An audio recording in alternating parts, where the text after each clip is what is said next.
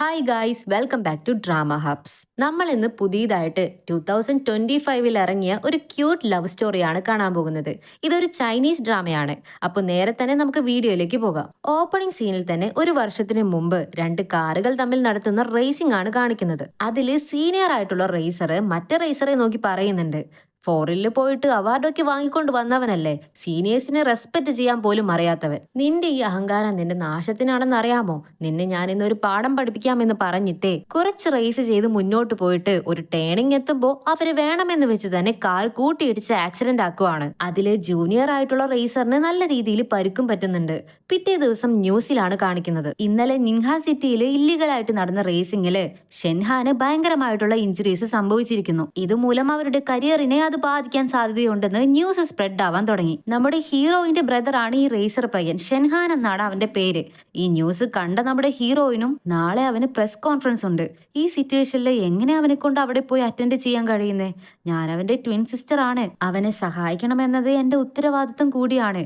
ഇല്ലീഗലായിട്ട് raise നടത്തിയ news ഇനിയും കൂടുതൽ സ്പ്രെഡ് ആവാൻ തുടങ്ങിയാൽ അവന്റെ കരിയറും നഷ്ടമാകാൻ സാധ്യതയുണ്ട്. അവന് ഞാൻ സഹായിച്ചേ പറ്റൂ. ഞാനും ഒരു റേസിംഗ് സ്റ്റുഡന്റ് ആണല്ലോ, കാണാനും ഞങ്ങൾ ഒരേപോലെയാണോ ഉള്ളത്, ആർക്കും സംശയം ഉണ്ടാവില്ല.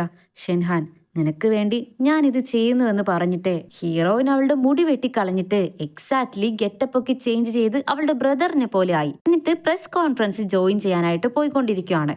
ഇനി മുതൽ ഞാൻ ഷെൻയെ അല്ല ഷെൻഹാൻ ആണെന്ന് പറഞ്ഞിട്ട് നെക്സ്റ്റ് ഡേ പ്രസ് കോൺഫറൻസ് നടക്കാൻ പോകുന്ന വലിയ റേസിംഗ് ക്യാമ്പാണ് കാണിക്കുന്നത്. ചെങ്കു എന്ന റേസിംഗ് ടീം ഗ്രൂപ്പാണ് ഇവരുടേത്. ഇവരുടെ മാനേജർ ലേഡിയാണ് ഇവര്. മാനേജർ, എഞ്ചിനീയർ, മെക്കാനിക് എന്നെല്ലാവരെയും ഇൻട്രൊഡ്യൂസ് ചെയ്ത് ഏറ്റവും ലാസ്റ്റ് നമ്മുടെ hero, the number 1 racing driver, അത് നമ്മുടെ ഗോയി ചാൻ ആണെന്ന് പറഞ്ഞ് അനൗൺസ് ചെയ്തതും ഹീറോയുടെ എൻട്രി. അവൻ വളരെ ഫേമസ് റേസർ ആണ്, പോരാത്തതിന് ഹാൻഡ്സോ, നിറയെ ഗേൾസ് ഫാൻസ് ഒക്കെ ഉണ്ടെന്നാ തോന്നുന്നത്. ഹീറോയെ കണ്ടതും ഒരു പെൺകൊച്ച് ഓടി വന്ന് അവനെ കെട്ടിപ്പിടിച്ചിട്ട്, ഈച്ചാൻ നിങ്ങളാണ് എന്റെ ഐഡള്, നിങ്ങൾക്ക് വേണ്ടി ഞാൻ എന്ത് ചെയ്യാനും തയ്യാറാണ്, പ്ലീസ് ഈച്ചാൻ എന്നോട് ഐ ലവ് യു എന്ന് പറ, please I love you I love you എന്ന് പറഞ്ഞ് കെട്ടിപ്പിടുത്തം മുറുക്കിയതും സെക്യൂരിറ്റീസ് എല്ലാവരും വന്ന് പെൺകുട്ടിയെ വലിച്ചിടിച്ച് കൂട്ടിക്കൊണ്ട് പോകുവാണ്. അങ്ങനെ റേസിംഗിലെ നമ്പർ 1 ആയിട്ട് നിൽക്കുന്ന ചാമ്പ്യനാണ് നമ്മുടെ ഹീറോ.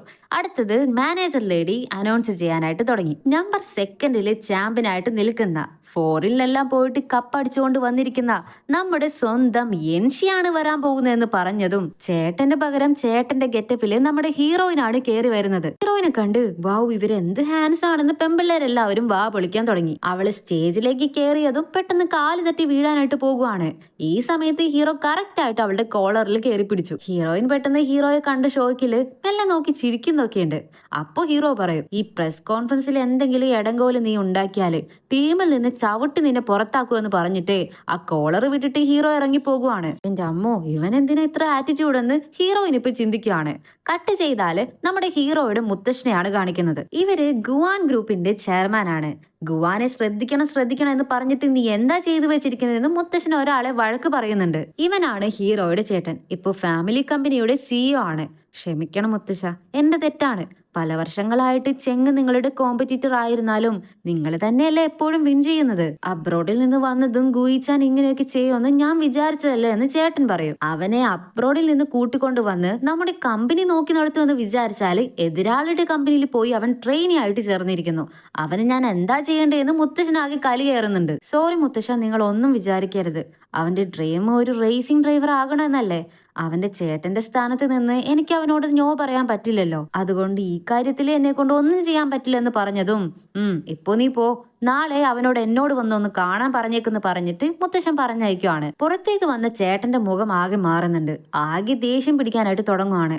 ഇത്ര വർഷങ്ങളായിട്ട് ഞാൻ ഈ കമ്പനി നോക്കി നടത്തുന്നു, ഇപ്പോഴും ഈ കിളവിന് അവന്റെ മേലെയാണ് സ്നേഹം എന്ന് പറഞ്ഞ് ഇവന് നല്ല രീതിയിൽ ദേഷ്യം വരുന്നുണ്ട്. കട്ട് ചെയ്താല് നാളെ മുതൽ നിങ്ങൾക്കുള്ള ട്രെയിനിങ് സെക്ഷൻസ് ഒക്കെ തുടങ്ങാൻ പോകുവാണ്. സോ ഇപ്പോൾ റൂമിൽ പോയി റെസ്റ്റ് എടുത്തു എന്ന് പറഞ്ഞിട്ട് ഹീറോയിനെ പറഞ്ഞു വിടും. റെസ്റ്റ് എടുക്കാമെന്ന് കരുതിയിട്ട് ഹീറോയിൻ പാഞ്ഞു വരുവാണ്. പക്ഷെ എല്ലായിടത്തും നോക്കിയാലും ബോയ്സ് മാത്രം. ദൈവമേ, എവിടെ നോക്കിയാലും ബോയ്സ് ആണല്ലോ. ഞാൻ ഈ സിറ്റുവേഷൻസ് ഒക്കെ എങ്ങനെ ഹാൻഡിൽ ചെയ്യുമെന്ന് പറഞ്ഞ് അവള് റൂമിൽ ചെന്ന് മുട്ടിയാല് ഓപ്പൺ ചെയ്യുന്നതോ നമ്മുടെ ഹീറോയുടെ റൂംമേറ്റ് ആയിട്ടാണ് ഹീറോയിന് കിട്ടിയിട്ടുള്ളത്. എന്താ ഇങ്ങനെ 8ന്റെ പണികൾ എന്നെ ഇങ്ങനെ തേടി തേടി വന്നുകൊണ്ടിരിക്കുന്നത് എന്നാണ് ഹീറോയിന്റെ മൈൻഡിൽ ഇപ്പൊ ഓടിക്കൊണ്ടിരിക്കുന്നത്. അപ്പോഴാണ് മാനേജർ ലേഡി ഓടി വന്നിട്ട്, റൂമൊക്കെ സെറ്റ് ആയില്ലേ, നിങ്ങൾക്ക് ഇഷ്ടായില്ലേ, രണ്ടുപേരും ചേർന്ന് ഫുൾ പവറോടെ ഹാർഡ് വർക്ക് ചെയ്യണം കേട്ടോ. നമ്മുടെ ടീം നമുക്ക് ഉഷാറാക്കി എടുക്കണ്ടേ എന്ന് പറഞ്ഞിട്ട് എൻകറേജ് ഒക്കെ ചെയ്തിട്ട് ചേർത്ത് വെച്ചിട്ട് പോവാണ്. ഹീറോയിന് തീരെ പിടിക്കുന്നില്ല. വന്നത് മുതൽ മിണ്ടാതിരിക്കുന്നത് കണ്ട് ഹീറോ ചോദിക്കുവാണ്, എന്നാ പിന്നെ നിനക്ക് വേറെ റൂം നോക്കി പോവായിരുന്നില്ലേ?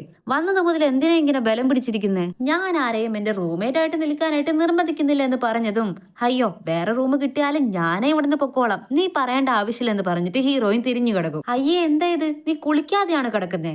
ഇതൊന്നും എനിക്ക് തീരെ ഇഷ്ടമല്ലെന്ന് പറഞ്ഞിട്ട് ഹീറോ സ്പ്രേ അടിച്ചു വിടുവാണ്. എന്താണ് നീ എന്നോട് കളിക്കാണെന്ന് പറഞ്ഞിട്ട് ഹീറോ ബുക്ക് വായിക്കുമ്പോ അവള് വേണമെന്ന് വെച്ച് തന്നെ ലൈറ്റ് ഓഫ് ചെയ്യുവാണ്. ചോദിച്ചാലേ എനിക്ക് ഉറക്കം വരുന്നുണ്ടെന്ന് പറയും. എന്തായാലും ഇവള് ഇവിടേക്ക് വന്നത് ഇവളുടെ ചേട്ടന് വേണ്ടിയാണല്ലോ. ചെറുപ്പം മുതലേ ഒരു റേസർ ആവണമെന്നായിരുന്നു അവന്റെ ആഗ്രഹം. വിഷമിക്കണ്ട ഞാൻ പെട്ടെന്ന് തന്നെ നീ ഓക്കെ ആയിട്ട് തിരികെ വരുമെന്ന് പറഞ്ഞിട്ട് അവള് കണ്ണടച്ച് ഉറങ്ങാൻ തുടങ്ങുകയാണ്. ഇപ്പോ നെക്സ്റ്റ് ഡേ ആയി. അവള് കണ്ണു തുറന്ന് നോക്കിയാല് ഹീറോയിൻ ഹീറോയുടെ ബെഡിൽ അവന്റെ കൂടെ കെട്ടിപ്പിടിച്ച് കിടന്നുറങ്ങുന്നു. എങ്ങനെ ഞാൻ ഇവിടെ വന്നത്? ഹീറോയിൻ എത്ര ആലോചിച്ചിട്ടും പിടികിട്ടുന്നില്ല. ദൈവമേ എന്താ ഇത്, പെട്ടെന്ന് എന്താ ഞാൻ ഇങ്ങനെയൊക്കെ? ഇന്നലെ രാത്രി ഞാൻ എന്റെ ബെഡിലല്ലേ കിടന്നത്, പിന്നെ എങ്ങനെ ഇവന്റെ അടുത്തേക്ക് വന്നത് എന്ന് അവൾ ആലോചിക്കുകയാണ്. പെട്ടെന്ന് പുറത്ത് നിന്ന് ടീംമേറ്റ്സ് എല്ലാവരും ഇവരെ വിളിക്കാൻ തുടങ്ങി. എടാ നിങ്ങൾ വേഗം ഒന്ന് പുറത്തേക്ക് ഇറങ്ങി വാ, ടീമിന്റെ ട്രെയിനിങ് തുടങ്ങാൻ സമയമായെന്ന് പറഞ്ഞിട്ട്. ഈ സൗണ്ട് കേട്ടതും അവള് പെട്ടെന്ന് എഴുന്നേറ്റ് ഓടിപ്പോയി അവളുടെ ബെഡിൽ ഒന്നറിയാത്ത പോലെ കണ്ണടച്ച് കിടക്കുവാണ്. ഇത് കണ്ട് ഹീറോ ഇപ്പൊ കണ്ണു തുറന്ന് നോക്കിയിട്ട്, എന്തിനാ നീ ഇപ്പൊ ഇത്ര വേഗത്തിൽ എഴുന്നേറ്റ് പോയേ? പതുക്കെ എഴുന്നേറ്റ് പോയാ പോരെ? അല്ല, ഇന്നലെ രാത്രി ഞാൻ നിന്റെ കൂടെയാണോ കിടന്നത്? എന്റെ കൂടെയാണോ കിടന്നുറങ്ങിയതെന്നോ? നീ എന്തൊക്കെയാ ചെയ്തു വെച്ചതെന്ന് അറിയാമോ എന്ന് ഹീറോ ചോദിച്ചതും അപ്പോഴാണ് അവൾ ഓർക്കാൻ ശ്രമിക്കുന്നത്. ഇന്നലെ രാത്രി വെൽക്കം പാർട്ടി അറേഞ്ച് ചെയ്തിട്ടുണ്ടായിരുന്നു. സോ എല്ലാവരുടെയും കൂടെ ഡ്രിങ്ക്സ് ഒക്കെ കഴിച്ച് എൻജോയ് ചെയ്തുകൊണ്ടിരിക്കുമ്പോൾ ഹീറോ മാത്രം തനിയെ ഒരിടത്ത് വന്നിരുന്ന് തനിയായിരുന്നു ഡ്രിങ്ക്സ് കഴിക്കുവാണ്. ഇത് കണ്ട ഹീറോയിനും, ഇവൻ എന്തിനാ തനിയെ ഇവിടെ വന്നിരിക്കുന്നേ? തനിയെ ഇവൻ ഇങ്ങനെ സൈലന്റ് ആയിട്ട് ഇരിക്കുമ്പോ തിരക്കേടില്ല, കാണാനൊക്കെ ഭംഗിയുണ്ട്, കുറച്ചൊക്കെ ഹാൻസം ഒക്കെ ആണെന്ന് അവളിങ്ങനെ മനസ്സിൽ ചിന്തിച്ചിട്ട് അവനെ നോക്കിക്കൊണ്ടേ ഇരിക്കുവാണ്. ഇവൻ ഇത് ശ്രദ്ധിക്കാൻ തുടങ്ങിയതും പെട്ടെന്ന് അവൾ ഒന്നും അറിയാത്ത പോലെ തലതിരിക്കും.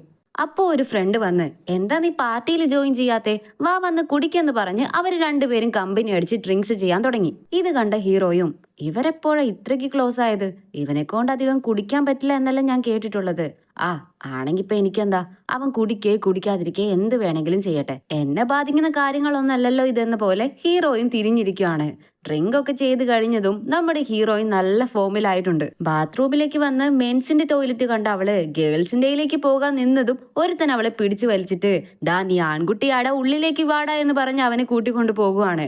അങ്ങനെ അവൾ ഒരു വിധത്തില് അവിടെ നിന്ന് രക്ഷപ്പെട്ട് പുറത്തേക്ക് വരുമ്പോ ഹീറോ ക്യാബിന് വേണ്ടി വെയിറ്റ് ചെയ്ത് നിൽക്കുന്നുണ്ടാകും. അവൾ അവന്റെ അടുത്തേക്ക് നടന്നു വന്ന് കുടിച്ചത് കൊണ്ട് പെട്ടെന്ന് കാല് വഴുതി വീഴാൻ പോയതും പെട്ടെന്ന് ഹീറോ കയറി പിടിക്കുവാണ്. എന്താ ഇത്, ഇവൻ ഇത്രയ്ക്ക് ഹാൻസ് ആണോ എന്ന് ഹീറോയിൻ അവനെ കണ്ണെടുക്കാ ആദ്യം നോക്കി ആസ്വദിച്ചുകൊണ്ടിരിക്കുകയാണ്. എന്തിനാ നീ ഇപ്പൊ എന്നെ ഇങ്ങനെ നോക്കിക്കൊണ്ടിരിക്കുന്നേ?